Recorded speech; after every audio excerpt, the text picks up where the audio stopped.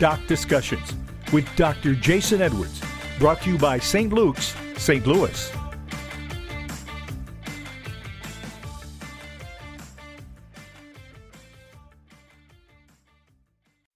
Welcome to Doc Discussions. I'm Jason Edwards, and this is, in my opinion, the world's best medical podcast, where we have discussions with physicians about who they are and what they do. I'm joined today by Dr. Lisa Ryan, who's a pediatrician, former researcher, and she's works here on campus at St. Luke's. Welcome, Lisa.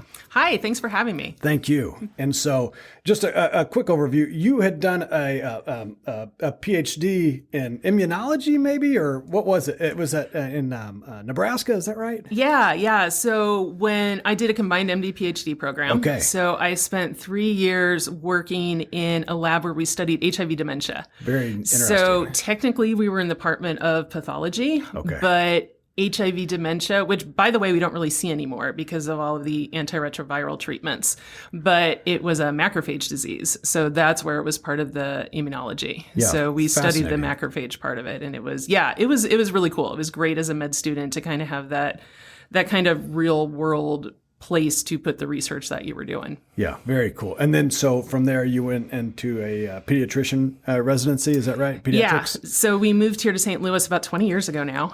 And so I did my residency down at Children's. And, I thought a lot about different fellowships, but I really just enjoyed working with kids. And I enjoyed seeing them grow, and I enjoyed, talking with their parents. And so I ended up doing primary care and really haven't looked back. Very cool. And you have 3 children, and what are their ages?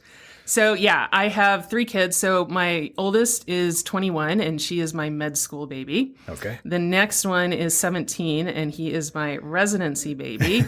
And shout out to my son Henry, who turns 13 today. Shout out Henry. Yeah. So we will be going home and celebrating that. Very cool. Well, tell them you're on a podcast today and you're very hip now. Absolutely. I'll make them listen to it. And so, school's starting up again. Mm-hmm. And I thought it would be great to talk to you about kind of what's going on with the youth these days. And I would assume from being a mother, and your husband is a school teacher, is that right? Yeah, he's actually a middle school teacher. Okay. 8th grade English. So perfect. And so that, and then interacting with children and adolescents, on a day-to-day basis, as I get older, I realize I'm not as in touch with the youth as I would like to think I am. And so, so what are some of the challenges that the kids are dealing with these days? So this is physical season. So we're doing a lot of, just well visits and talking about a lot of different things. And, there's a lot of stuff out there. Yeah. We end up talking a lot about just being healthy. And, when you and I were young, that probably just involved, hey, eat lots of fruits and vegetables, which, by the way, we still really encourage. Go outside and exercise. Again, we still really encourage. But I end up finding a lot of times that I'm talking about screens and screen time and how kids are using their downtime. And, I find when I'm doing these well visits and I'm talking about some of these things, the parents are kind of spacing off a little bit. Maybe when I'm talking about fruits and vegetables, they're telling their kids the same thing. But as soon as we kind of hit on the screens, everyone kind of perks up a little bit and is like, yes, this is a problem that we're having at home. And it's something that affects all age groups even. So I think that's kind of one of the big things that's going on with kids that might not have been an issue when we were young. For sure. In the last 10 years, it's kind of become an issue, I think, very much with children and probably adults to some degree. What is it specifically about the screens that's causing children problems? Sure. I think if you had to kind of put it in one sentence, maybe it would be that it takes them away from doing other things. Okay. Yeah. So, for example, when you talk about really young children and screens, we don't recommend screens prior to 18 months, 24 months of age. And it's largely because we want these kids to interact with their world. Yeah. So when they're young, when they're, preschool, toddlers, we need them to be absorbing the world around them. And they just don't do that when they're on a screen. They're involved in that, or they have the screen kind of telling them what's in the world around them rather than them problem solving and picking through things. Yeah. And, I think it's somewhat similar in the older ages groups. If you're on a screen all the time, you're not out talking to your friend. You're not out learning to interact with others, have social interactions. You're not, again, same sort of thing. You're not learning to problem solve. Yeah. And you're also not maybe exercising or doing those sort of healthy habits too. So I think if you have to sum it up, that would be the one thing. Yeah. I recently read a book by Jonathan Haidt called Anxious Generation, which has kind of been popular lately. And that was kind of the crux of the book, that kids are probably over supervised outside in play, where their parents are kind of watching them. And if there's a fight, they intervene instead of watching them kind of work it out on an argument, watching them work it out on their own and kind of figure out how to do that. And that online, it's just like the Wild West. The kids are kind of not watched, and especially with TikTok and some of the social media things, it seems like with young girls, it's an issue with their kind of internal sociometer and like, usually they would compare themselves to like their small group of girls, not every girl their age in the world. And then boys, you have these immersive video games that, can suck up their time and kind of cause dopamine hits. So where they like almost need it. And it just so happens that it's in this critical period where it makes kind of some consequential changes later on. Yeah, exactly. The human brain isn't fully formed for quite some time. And kids, the brain is still developing through middle school, through high school, even into college a little bit. And all of these inputs through the screens, through the social media are really changing that in ways that we're not completely aware of. I thought it was really interesting. I think it was back in June, the Surgeon General came out and he's like, we need to have a label on social media the same way we have a label on cigarettes, like really making that similar comparison. And he's saying, when we put a label on cigarettes, people started thinking, hey, wait, maybe this isn't as healthy as I thought. And he's like, that might be kind of the same thing we need to do with our social media. I was looking up some of the statistics earlier today, and it was surprising, but also not so surprising that it said 95% of kids between the ages of 13 to 17 are on social media. And then they were saying that even 40% of kids, it was like 9 to 12 are on social media, which that part was a little more astounding to me. Yeah. In terms of signing up for a social media account, you have to say you're 13.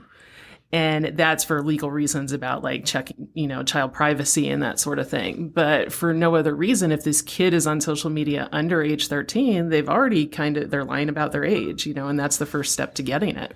Yeah. And there's, you and I, watch, unsolved mysteries and things like this. And so, you worry about your kids like playing at the playground, and you don't realize there are, plenty of predators online, probably more so, that have access to your kids. And it's not just predators, but it's like you said, it's just the time suck. It's the dopamine issue. But it is a real issue. And I think some people are working on some legislation to try to tighten that up and make some of these social media, to be a member of a social media entity at a higher age, 16 or so. Right. Yeah. Some of that legislation is kind of, I guess, in the works. Okay. Yeah. And that's sort of where the Surgeon General is pushing this, as well as trying to get just more research. We just don't know. I mean, I was talking earlier about my kids, and for whatever reason, whether it was right or not, really didn't have a whole lot of issues with my bigger kids getting Instagram accounts. Yeah. I can tell you, so my son knows when I come home today that, at age 13 in our house, you get to sit in the front seat of the car and you get your first cell phone. So he has his cell phone now. And we said we would talk about social media when he was 13. Yeah. And I mean, he's not getting Instagram. Like I'm a lot more nervous about that than I was with my bigger kids, just because of some of the more research out there. And I mean, he actually doesn't want Instagram. Like Snapchat is the one that he's most excited about.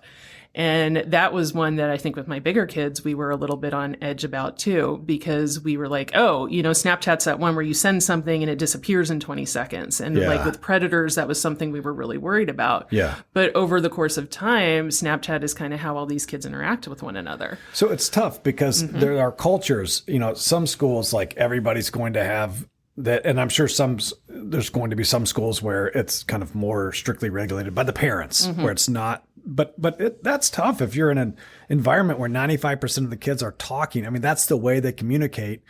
What do you do? I mean, you're kind of stuck. It is. It's really hard. There's this really great website I like. It's called Wait Until Eighth. And they're basically, their premise is parents should get together when our kids are in elementary school. And we should all decide as a group when our kids are getting cell phones, when our kids are getting these things. Collusion. Yeah. And they suggest that it be 8th grade. Yeah. And I think that is a fantastic idea. Yeah. And it would be so great if we were actually able to do something like that. But I mean, like today in my office, I had a 9-year-old who, she was on her phone and I had to actually ask her to put her phone down so we could talk about her well visit. Yeah. So, and that's not that uncommon. So then when you have like this subset of kids who are able to text each other and able to communicate that way, it sort of pushes the other parents who maybe wanted to wait to have to do these things a little bit earlier. And there's some, kind of ways around that and all. But, you see that too with the social media, just feeling left out and everybody has this but me. And it's a lot harder as a parent to really make those decisions and to explain to your kid why this is the decision. And so when we, to talk about this, we talk about Surgeon General warnings. I would get it if people are out there like rolling their eyes, but the suicide rate has increased significantly from 2010 to 2020 in children. Mm-hmm. And they think that the social media has a lot to do with it. And so it's not that, we're trying to be hateful parents. It's that like this stuff matters for the long-term health of the child. And I think it's a more important thing than most people would kind of initially think. Yeah, I agree, which I think is why it's really nice to be having these sorts of conversations. And, there's obviously not one reason why, the suicide rates would be increasing, that sort of thing. Yeah. There's a lot of thoughts, that social media kind of breeds loneliness. Is that part of it? There's also thoughts that on social media, there's almost how-tos, there's, this is how you could do this to kill yourself, or this is, cutting behaviors. And those behaviors are kind of out there and sort of put into the mainstream. So maybe a kid who's kind of on the edge and wasn't really sure what to do could be influenced by something like that. And you do see like some of these social contagions where they're like tics and stuff like that all of a sudden like groups of people will develop. I don't know if that's true or not, but I've like read news stories on that. Just some of these things that go viral. Behaviors. It's like a behavior that there was like a tick, that somebody was like doing online, like a physical tick. And then like other children in that demographic started having the same kind of thing. And then it was not really a medical issue. It was just kind of a well, it's sort of group conformity, right? Yeah. Just something that, maybe if I feel alone and I'm looking for my place and I see these people who, I'd like to be like them, and you start just sort of imitating some of the behaviors, and it's just unclear how far that might go. Yeah. And if you really get into these algorithms that encourage you to spend more time on them and kind of get the dopamine going, you could easily have kids who are, spending 5 hours a day going through these social media feeds, which you just don't really even know what they're seeing. And the rates of the depression and anxiety we see increase after it's only more than like 3 hours a day. So just really it's out there. Nobody's quite sure why, which is where the research aspect of it comes in. And so let's take it the opposite side. And so what people are missing out on are interactions with other people, arguments, discussions, doing difficult things that are anxiety provoking, but in kind of a safe context. I'll tell a quick story. My son, I had gotten him a Pokemon card on eBay, and it came in the mailbox. Now, our mailbox, you actually can't see it from the house. And so he said, "Hey, will you walk with me down to the mailbox?" And I said, "I want you to walk by yourself down to the mailbox. And I know it's scary, but I need you to do it by yourself because you got to learn to be brave." And he said, I don't want that. I want you to go. And I said, "Well, I'll stay outside. Mm-hmm. And if you yell, I'll know, mm-hmm. And he was worried about snakes falling out of the tree. Okay. That's a fair concern.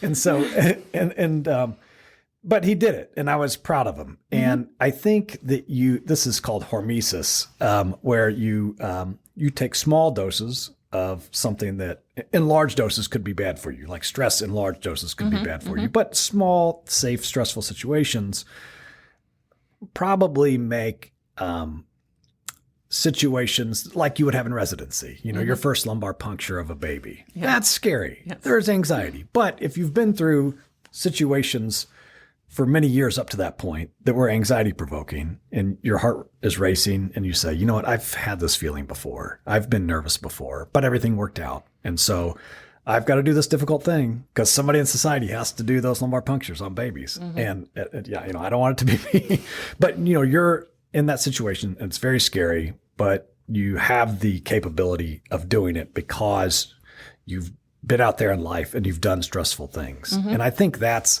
kind of the opposite of being on your phone, of interacting with humans, of running up hills, of falling down, skinning your knee, kind of doing that kind of stuff. I think that's what people are missing out on. And so they're not progressing as human beings, through, kind of normal milestones as they should. Yeah. And that's exactly it when you're talking, especially with these younger kids who are given phones too soon.